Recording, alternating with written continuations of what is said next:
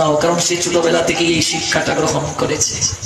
ভগবান বললেন ইয়াত ইয়াত আচরতি শ্রেষ্ঠ তত্ত্বতি বহিতর জনঃ সুয়াত প্রমাণম কুরুতে লুপ্ত তনবর্ততে। whatever action a great man performs common men follow, and whatever standards by exemplary act all the world parts to say the omnipotent maker Krishna Srimad Bhagavad Gita 3 chapter 21 verse।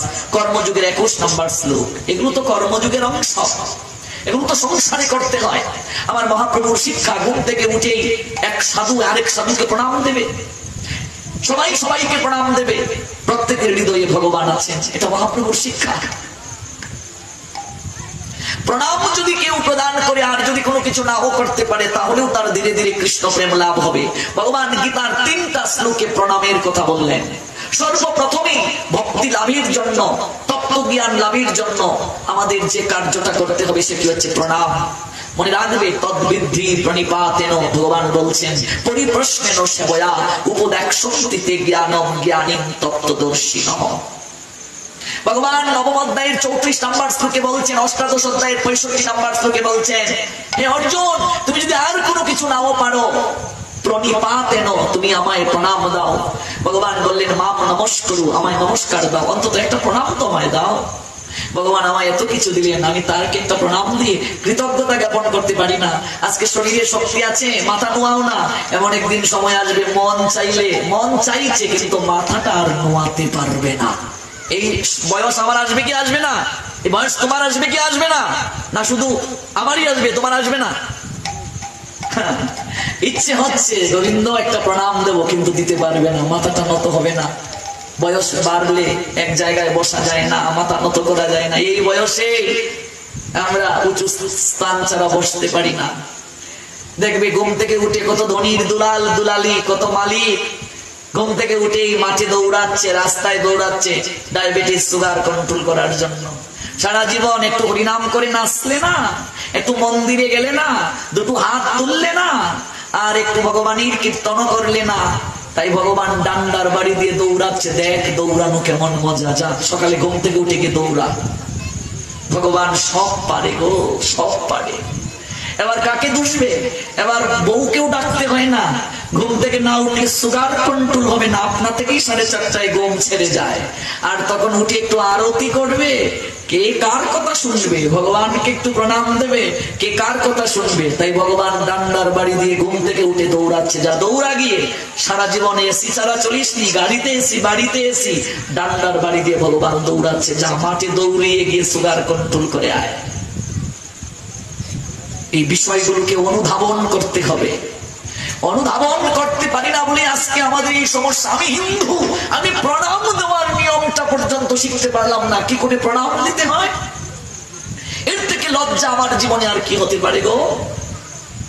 রাস্তায় যাচ্ছ, তোমাকে যে মাটিতে পড়ে প্রণাম দিতে হবে তা তো নয়, সব জায়গায় তো আর মাটিতে পড়ে প্রণাম দেওয়ার সুযোগ থাকে না। অথবা এই দুটো হাত একটু জোর করো, এটা তো ভদ্রতা, শিষ্টাচার।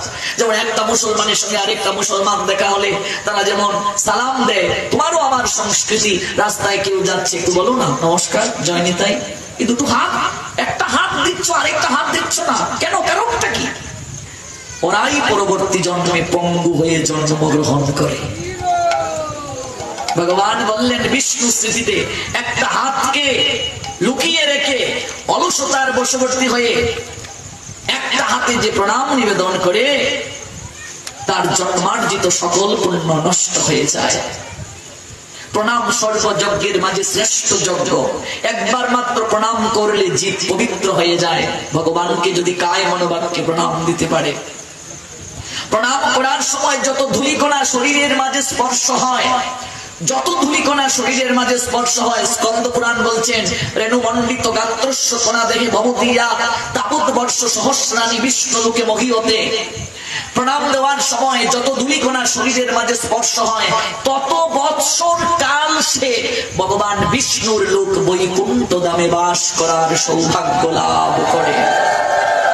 এই শরীরে ধূলিকণা যখন স্পর্শ হবে, এই জন্য আমরা কীর্তন করি দুলা মা করে আনন্দ হয়ে।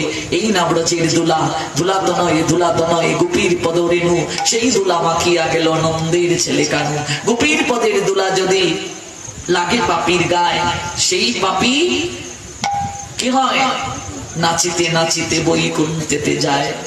গোপীর পদের দুলা যদি পরে গঙ্গার জলে, সেই গঙ্গাও পবিত্র হয় ভাগবত বলে। যে দুলা মাখিবার জন্য নন্দের নন্দন স্বয়ং গোবিন্দ আসেন এই আঙ্গিনায়, আর আমি এই জায়গায় আমি একটু প্রণাম দেব, যাওয়ার সময় একটু ধুলিকণা অঙ্গে মেখে যাব, আমার সেই রুচি হচ্ছে না। আমি অনুরোধ রাখবো, ঘুম থেকে উঠে নিজের সন্তানকে ভগবানকে প্রণাম দিতে শেখান। এটা সংস্কৃতি আপনার, এই সংস্কৃতিটা শিক্ষা দিন।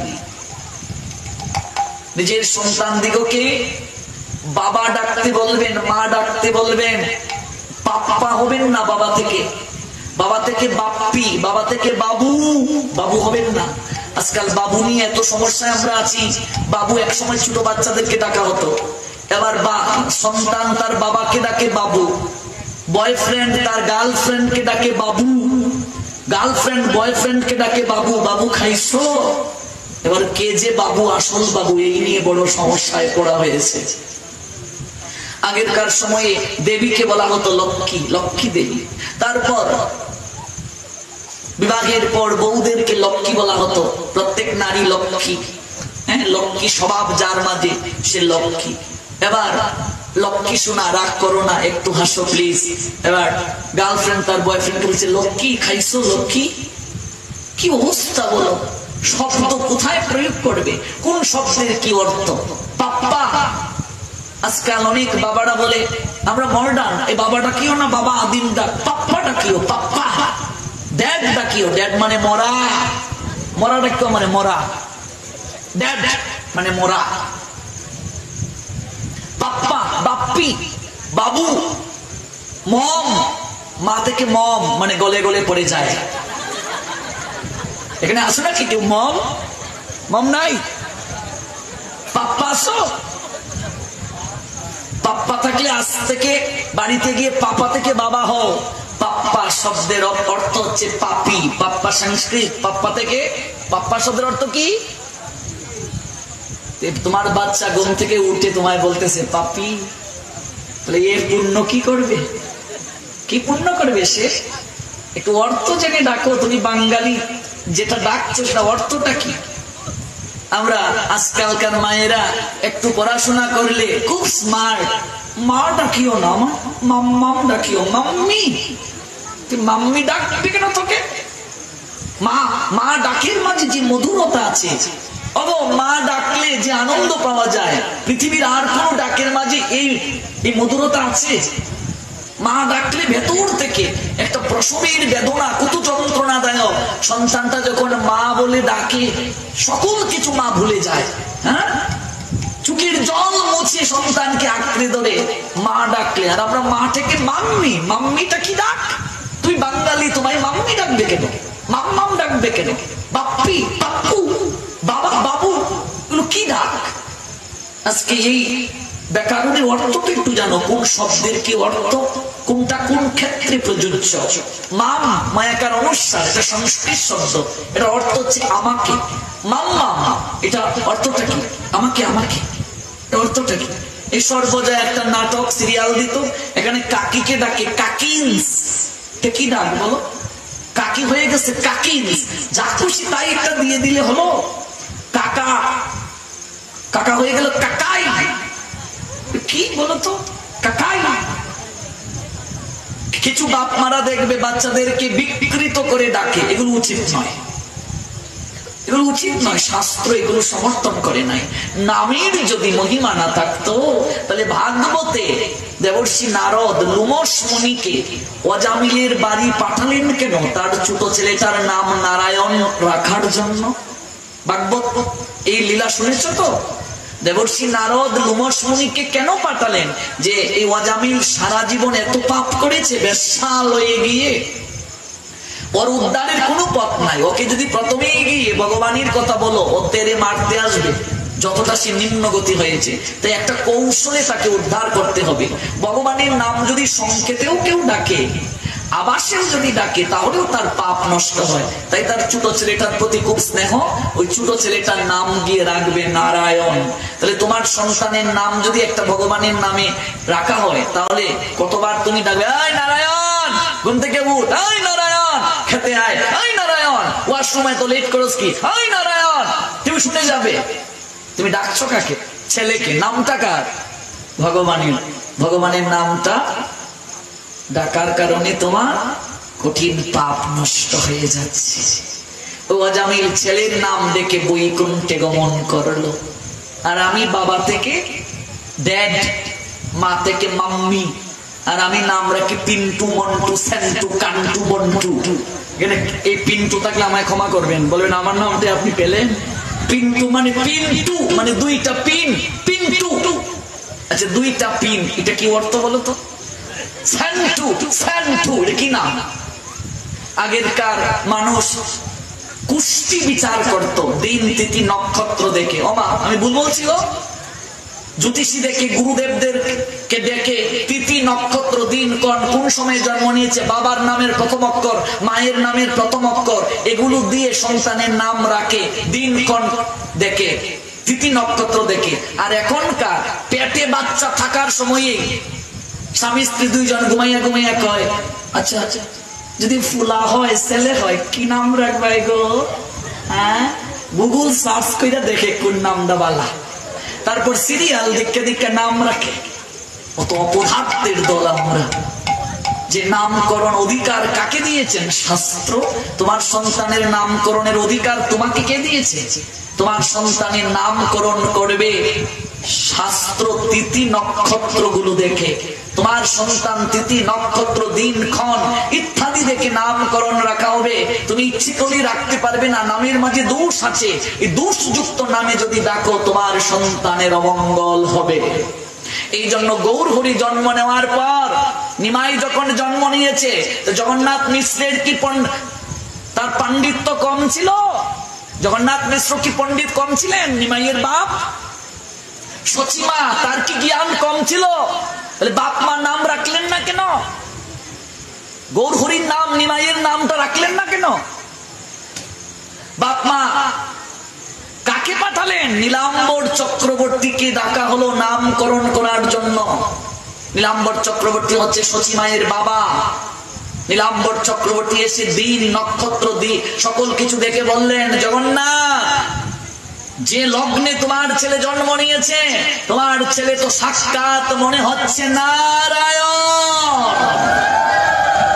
তাই তিথি নক্ষত্র কখন জন্ম নিয়েছে, এবার তো জন্মের তারিখটাও তো আমাদের হাতে। এবার ডাক্তার দিয়েছে 21 তারিখ সিজার, এবার 20 তারিখটা ভালো রবিবার। 20 তারিখ ডাক্তারবাবু সিজার করলে হয় না? আমরা এমন একটা জায়গায় চলে আসছি দিন থেকে দিন। আমি সিজারের বিরুদ্ধে নই, ভুল বুঝবেন না। আমি যে কথাটা বলার চেষ্টা করছি, আমি যে বিষয়টা আপনাদেরকে বোঝানোর চেষ্টা করছি, নামের সঙ্গে দোষ থাকে। এই জন্য আগেরকার মায়েরা, আগেরকার বাবারা বিবাহ বন্ধনে যখন আবদ্ধ হয়েছেন, বিবাহের কার্ডে দেখবে নাম লেখা থাকতো। যদি একজনের নাম অঞ্জলি, লেখা থাকবে শ্রীমতী অঞ্জলি, শ্রীমতী, শ্রীযুক্তা। এগুলো মেয়েদের আগে লেখা হতো কি হতো না? বাবাদের আগে শ্রীমান, শ্রীযুক্ত। কারণ কি জানো?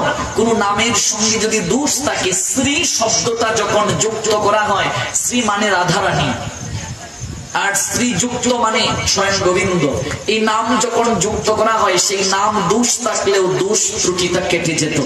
আর আমরা এখন যত সংক্ষেপে নাম রাখা যায়। ওই গত তারিখে বলেছিলাম, আপনাদের মনে আছে কিনা, আমি এক জায়গায় পাঠে গেলাম, সন্তানের নাম রেখেছে তার মা ডিজে। ডিজে নাম কি? ডিজে। আচ্ছা ডিজে কি নাম বলো? যে দিন আসছে, আমার মনে হয় ডিজে না চালালে বাচ্চা প্রসব পর্যন্ত মায়ের আর করবে না। যে সময় আসতেছে ডিজে না চালালে, ডিজে গান না চালালে বাচ্চাও প্রসব হবে না।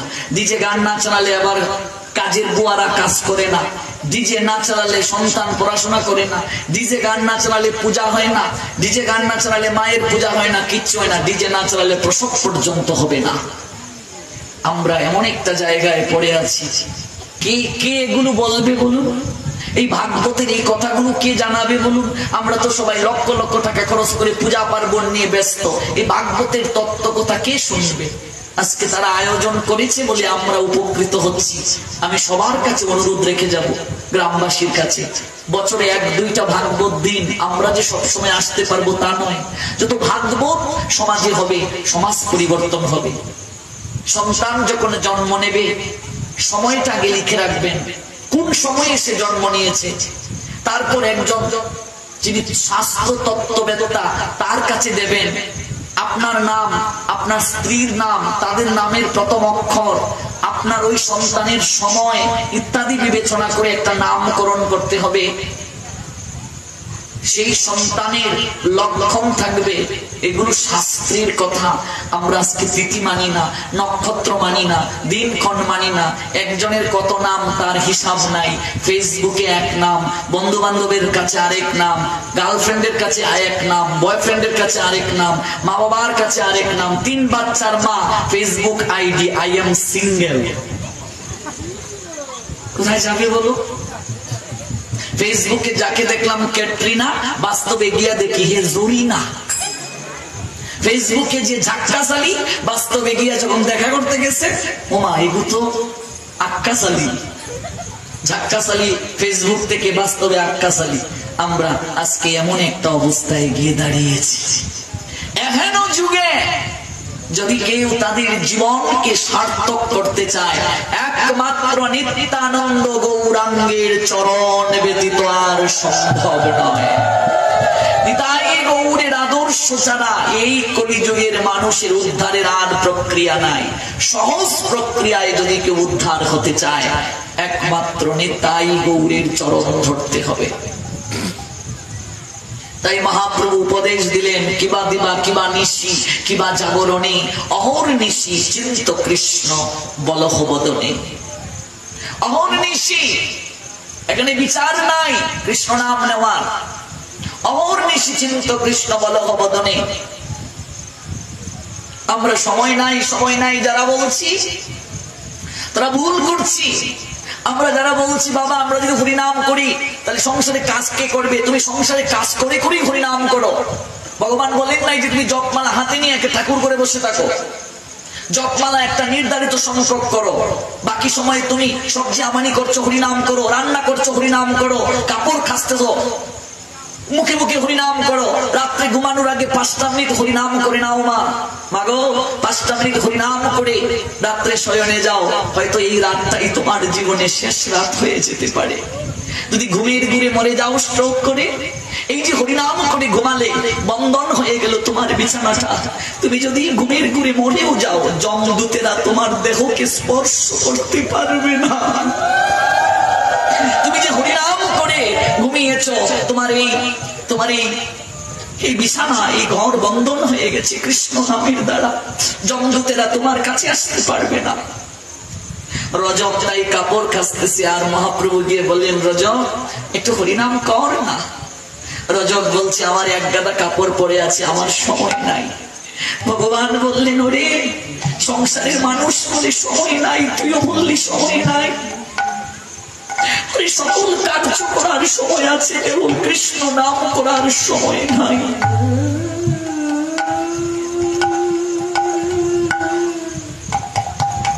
তোমার লইতে আমি হইল অবতার,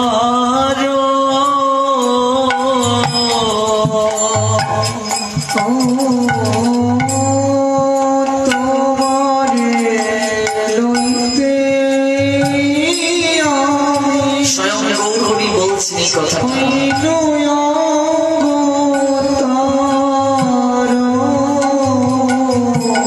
আমি বিনা বন্ধু কে আছে তোমার,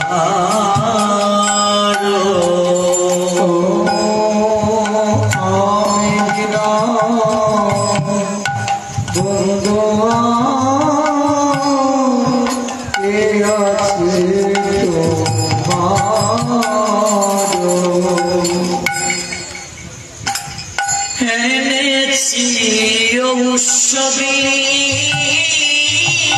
মায়া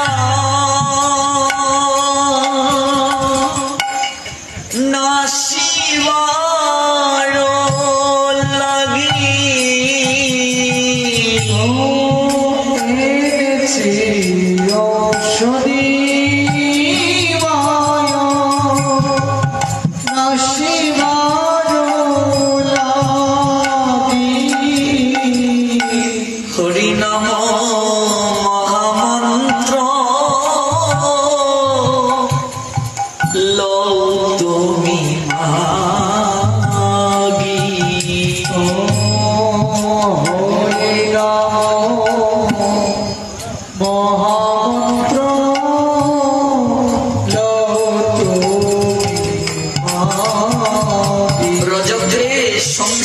সবাই বলে সময় নেই, তুই বলছিস সময় নেই। সময় নেই বলতে বলতে কবে যে জীবনের বেলা পূর্ব আকাশ থেকে পশ্চিম আকাশে চলে যায় কেউ সেটা বলতে পারে না রে। কাপড় তো হাত দিয়ে খাচ্ছিস রে রজব, কাপড় খাচ্ছিস হাত দিয়ে, মুখ দিয়ে তো কিছু করছিস না। রজব হাত দিয়ে কাপড় খাস আর মুখ দিয়ে একবার হরি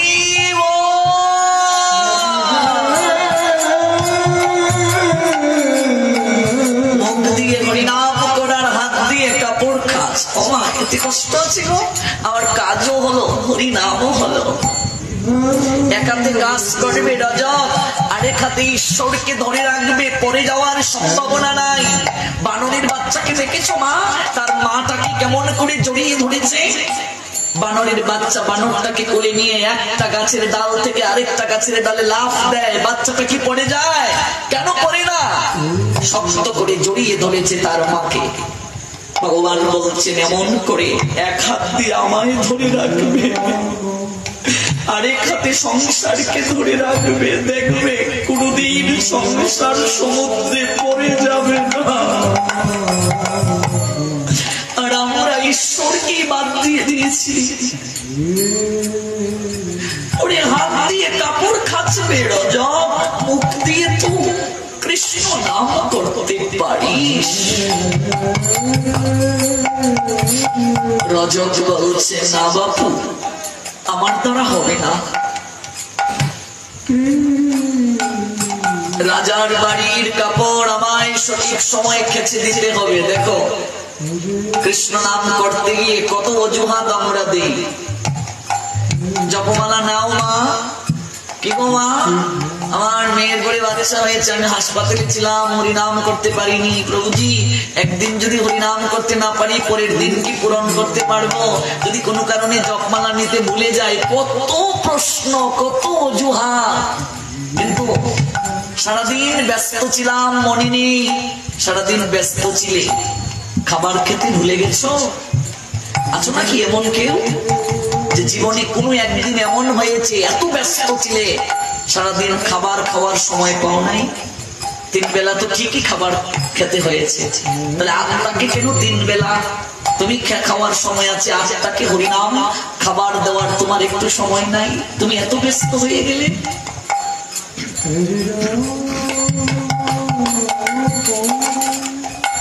রজবকে এবার গৌর হরি করজুরি বলছেন, রজব কাপড় খাসবি বলে তুই হরিনাম করতে পারবি না, তাই তো?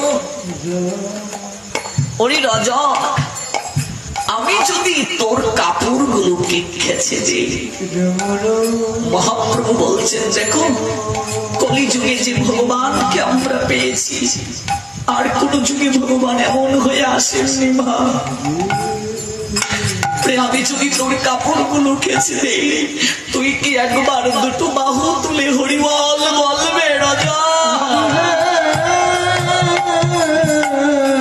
আমি যদি তোর কাপড় গুলো খেচে দিই, তুই কি হরিনাম করবি? চড় চড় করে চোখ বেয়ে রজকের জল পড়লো। তুমি কে গো, কে তুমি? জগতে কতজনকে দেখেছি, এমন তো কাউকে দেখিনি গো। তুমি নিজে কাপড় খেচে দিয়ে আমাকে হরিনাম করাতে চাইছো?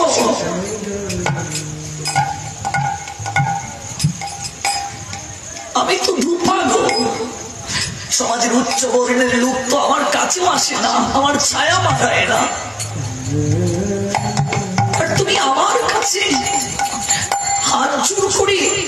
যে কাপড় কেচে আমায় হরিনাম করাতে চাইছো? গৌর হরি বললেন, কৃষ্ণ ভজনে নাই জাতি কুলাদি বিচার। মুচির কুলে শুচি হয়, মুচির কুলেও শুচি হয়। মুচি শুচি হয় যদি কৃষ্ণ ভজে। ব্রাহ্মণ ব্রাহ্মণ নয় যদি কৃষ্ণ তেজে। ব্রাহ্মণ কুলে জন্ম নিয়ে যদি কৃষ্ণ ভজন না করো, তুমি ব্রাহ্মণ রইলে না। আবার চন্ডাল কুলে জন্ম নিয়েও যদি কৃষ্ণ ভজন করো, তুমি ব্রাহ্মণ থেকে শ্রেষ্ঠ হয়ে গেলে। রঘুদাস মুচি কুলেই তো জন্ম নিলেন মা, অথচ তার চামড়া বেজানো গাটির জলে গঙ্গা আবির্ভূত হয়েছিলেন। তিনি ভোজন করলে স্বর্গে ঘন্টা বাজবে। আর জগাই মাতাই ব্রাহ্মণ কুলে জন্ম নিয়ে গোমাংস পর্যন্ত ভক্ষণ করলেন। আর সেই জগাই মাদাইয়ের লীলা গতকাল জানলাম, তারা কৃষ্ণ নামে বৈষ্ণব হয়ে গেলেন। লক্ষ নাম জপ না করে জগাইয়ার মাদাই জল গ্রহণ করেননি গো। কি করে হলো?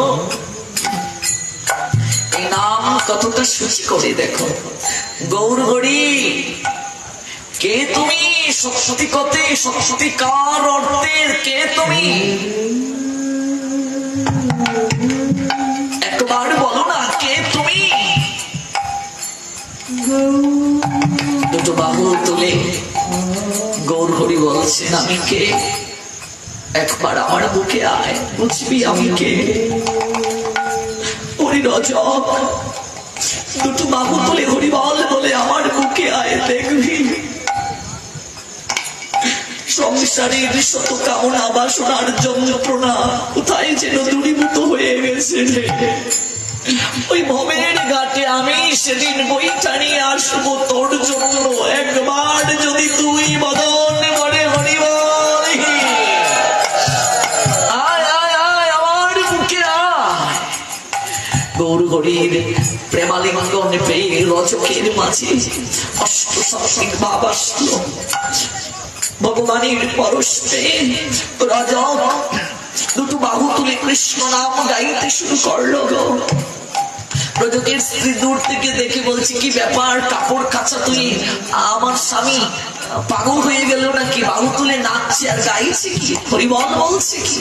স্ত্রী কাজে এসে বলছে, ওগো তোমার কি হলো? কি হলো তোমার?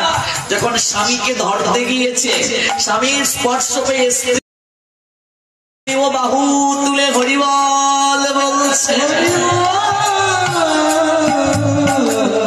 এবার মা বাবার কার্য দেখে সন্তানরা বলছে, কি ব্যাপার, এই দিন দুপুরে আমার মা বাবা নাচছে কি বাহু তুলে? ওরা এসে মা বাবাকে স্পর্শ করে বলছে, ও কি হয়েছে? ওরাও নাচতে শুরু করেছে। পাড়া প্রতিবেশী গ্রামের যারা আসে এই হরিনামের মেলায়, একজন আরেকজনকে স্পর্শে তারাও নাচছে। দেখতে দেখতে হরিনামের মেলা বসে গেল। কৃষ্ণ নামের মেলা বসে গেল গো।